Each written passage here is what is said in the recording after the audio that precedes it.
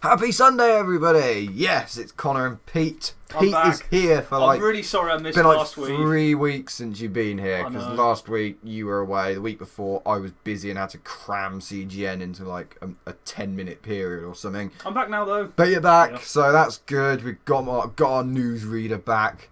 It's not having to get the weather woman to take place for Hugh Edwards on the BBC News or something. Anyway, I'm not a weatherman. The game releases man, and I have to cover for Pete a lot. So yeah, he's back though, so he's going to do his job this week. Anyway, it's Sunday the 31st of May. It's the last day of May. June's coming up. There's not many games coming out in June, to be fair, probably because of Night, Connor. That's coming out, but June usually isn't like a huge month for games, mainly because things like E3 are happening, and a lot of companies sort of prioritise E3. So, yeah, that's coming up, I think, in about a fortnight, if I'm right in thinking. A fortnight, yeah. Actually, no, it might even be next week. It might even start next week. I don't know, I have to research that. Where's my calendar? Huh? Yeah, I think it is, actually. Yeah, I think it is the 11th that the press conferences start, and then it goes from Tuesday and Wednesday. Oh, no, I'm looking at the wrong month. No, sorry, it must be the... What's he on about? I was looking at... Never mind, I'll start with the game releases. E3 is sometime next month. I can't remember the dates exactly. Anyway, the game releases. Monday the 1st of June, we've got Hatred coming out on PC. And Massive Chalice, I'm going to call that. That's coming out on PC, Mac and Linux. Tuesday the 2nd of June, we've got The Escapists coming out on PS4. As far as I know, that's already out in the UK, but that's coming out in America on that date. And I believe it's already out on Xbox One. Class of Heroes 2G, that's coming out in the PSN. And Lord of Magna, Made in Heaven, that's coming out in the 3DS. That looks a terrible game in my opinion. I don't really know what it is. It looks Japanese. Judging by the fact I can't read the writing on it. You seem to hate Japanese games, don't you? They just sort of seem like... Well, I don't know, actually. They've all just got, like, anime stuff on them. Fair enough. Is that pretty much all Japanese games are, apart from Mario? Is anime. As far as I can work out, all the games I've ever played that have been, like, Japanese-based are... Anyway, also on Tuesday, Heroes of the Storm, coming out on PC, Mac and Linux. On Thursday, we've not got anything coming out on Wednesday. Thursday the 4th, we've got Wander coming out on PS4 and PC. And Friday, we've got D4 Dark Dreams Don't Die, also coming out on PC. So that's it for the game releases this week. Not many, and I don't think there's going to be many more for the rest of the month, mainly because of E3. But there will be a few more, obviously, as Pete said. Batman Arkham Knight, is it? Correct. Yeah, I keep getting mixed up if it's Knight or Origins, because I'm not the biggest follower of that series. But Pete knows everything about it. So I'll hand you over to Pete now for the news that he doesn't know much about. Hello everyone, it's Pete here, and I'm going to read the news to you as always. Well, as always. Top bit of news today. Yeah, sorry. Top bit of news though is Google Play has implemented PEGI and ESRB. Yes, Google so they've added age ratings. Oh, marvellous. Google recently began implementing age ratings for apps on their Play Store. This comes several months after the move was initially announced, as it was recently put into play a few days ago. By a few days, is that like 2 or a million? I think it was Friday, actually, they started putting it on there. Yeah, I think it was. Oh, okay. From what I've read, anyway.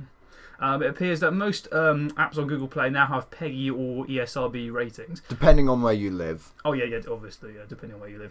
Even apps that are not games like Microsoft Word, for example, that has a rating. Yep, Microsoft Word has a PEGI rating on Google Play. Well, 1008. What is it? I assume it's a free. It's a free, yeah. So, there is one that surprised me, and I will tell you in a moment. Oh, okay. The ratings are shown below the app's title, and it's accompanied by the official PEGI or ESRB icon to make it stand out. As you can see on the left, there's a little Five Nights at Freddy's thing, which is rated at 12. Yep. This new rating system replaces the old one used on Google Play, and the new PEGI and ESRB ratings are now visible on the Play website and the Play Store app on the Android 5.6.6. However, it isn't currently on earlier versions than 5.6.6. So yeah, as I was just basically saying, most apps on here do now have a PEGI rating. A few of them don't, but I believe a lot of the new ones, or certainly I think every new one that's being uploaded has to have some sort of rating. I'm not sure PEGI actually or ESRB will rate them themselves. I think it's just sort of a survey thing that Google does when you have to upload it to the Play Store, and then they base the rating based on that. Now, one thing I was kind of wondering actually, because they're rating apps, I was quite interested to know like some apps that might have ratings that seem a bit odd. So I found one yesterday. You know Aldi, the supermarket chain? I know of it, yeah. They have an online shopping app, and that was rated a 12. 12? Aldi's app on Google Play is rated a 12. You can go and have a look if you like. I'm not sure what ESRB's rated it, but it might not be in America. So if you want to get a Satsuma online, you've got to be 12. Yep, you have indeed. Whereas all the other supermarkets either don't have a rating yet, or they're like freeze. So if you find any age ratings on Google Play for apps that seem quite funny or quite odd, so I don't know, say if they rated like Microsoft PowerPoint an 18 or something, let us know in the comments, because we really, really want to know that. Fair enough then. Yeah, please do. What comments there? Second bit of This news. one really annoyed me while I was writing it. New Need for Speed game cannot be played offline, apparently. EA, surprise, surprise, recently confirmed. They've made this mistake before. Oh, and does it great. surprise you that it's EA that's doing it? Yeah, I think everyone's getting a little bit tired of what they're doing to basically everything. EA recently confirmed via Twitter that their upcoming Need for Speed title will require players to be online in order to play. Always online DRM, I think you know what that means. Yep. Means that game cannot be not played unless the player is connected to the game server via the internet. DRM is not very popular amongst many gamers, including us. As a result, many games and platforms, the Xbox One obviously, had the feature removed due to the anger and outrage, because Xbox were going to do this for quite a while. Yep. But then the outcry. I will elaborate on this a bit more in my opinions in it in a moment. All right. They had the feature removed due to outrage and anger amongst like the gaming community. EA stated in the tweet that Need for Speed will require an online connection, but the benefits are nice. That's a really good word. Are they? Obviously, the benefits are going to be nice, but what about the disadvantages? Oh yeah, they didn't think to include that. Yeah. From what we know, this year's Need for Speed is a full reboot in quotation marks of the series, meaning that the future games may also require an internet connection, unfortunately. So in 2013, EA launched SimCity with DRM, and this was eventually removed due to the player outrage, as it is possible that the same thing may happen to this title. So yeah, basically, in case you're not familiar with what DRM or Always Online is, it basically means that you have to be connected to the game's servers in order to play it. Now that means if you've played EA games in the past, you might not be able to play it for the first few days, because games like SimCity had major issues with the servers within the first few days, meaning you couldn't play the game. Because I mean, realistically, right, the game came out on, like, was it the 5th of March or something? Roughly, I don't know. Yeah. Came out on the 8th in the UK. You pretty much couldn't play it for a day because EA's servers just couldn't do it. So in other there words, were so many problems with them. So in other words, like, the launch date wasn't really true. Yeah, they should have just said, right, you can get the disc here, but our servers won't be working until then. Yeah. But DRM is also really annoying because it means that you can't play the game if you're offline or if your internet's down. What if you don't have internet? Wow. Some people might not. Yeah, that's another thing. Another thing I wanted to point out as well, and some people I have read on Twitter have been pointing out, it does seem like DRM kind of eliminates single player. Because, especially if, like, you know, Forza Motorsport 5. I know of it, yes. Absolutely despised that game, I did, and DRM was one of the reasons why. Yeah. Because you know the driver tars on it. Oh, no, yeah, I remember that. You had, I believe you had to be online. They might have removed it, but I'm pretty sure you had to be online, didn't you, to play it? Because basically you had other players, ghosts, in your races.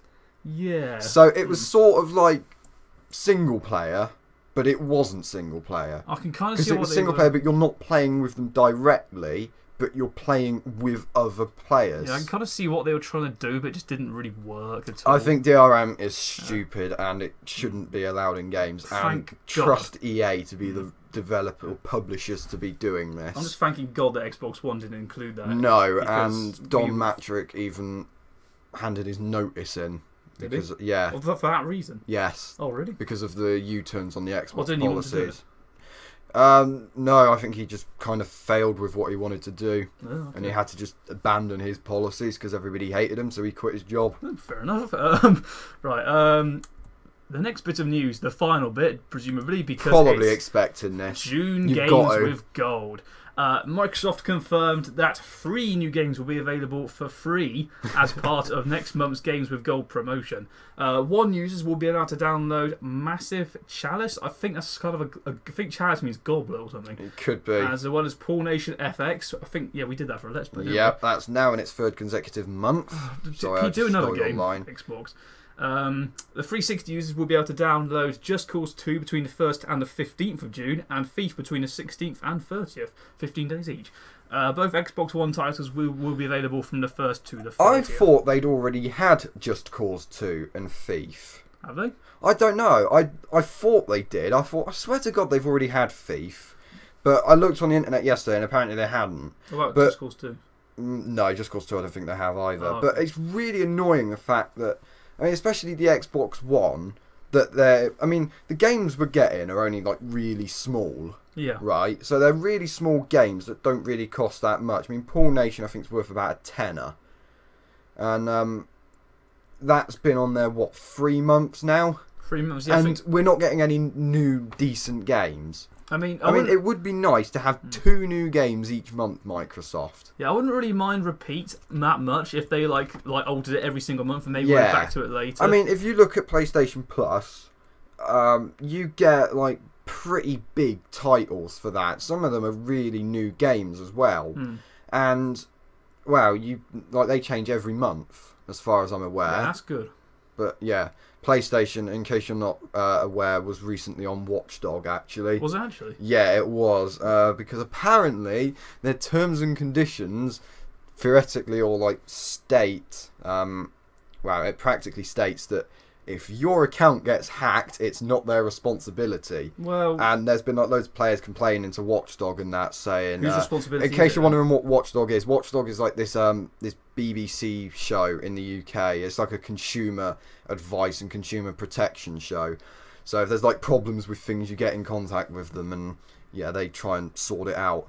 And PlayStation and Sony were on there the other day because players were reporting that their accounts had been hacked, and they were reporting it to Sony, but they weren't like giving money back for any purchases they'd made. So there was this one guy on Watchdog that had had an email from Sony saying, "Oh, thank you for your PlayStation 4 purchase on such and such," whereas this guy didn't actually want or buy the game, and actually I have a feeling he might not have even owned a PlayStation 4. So yeah, it's. And then Sony are kind of blaming the account holders for it. I see. So yeah, Watchdog have been onto it. Oh dear. But anyway, enough about that. Enough about that. That is the end of CGN for this week. Please check back next week for more news and stuff. Thank you Yes. very much for watching. See you next week. Bye bye.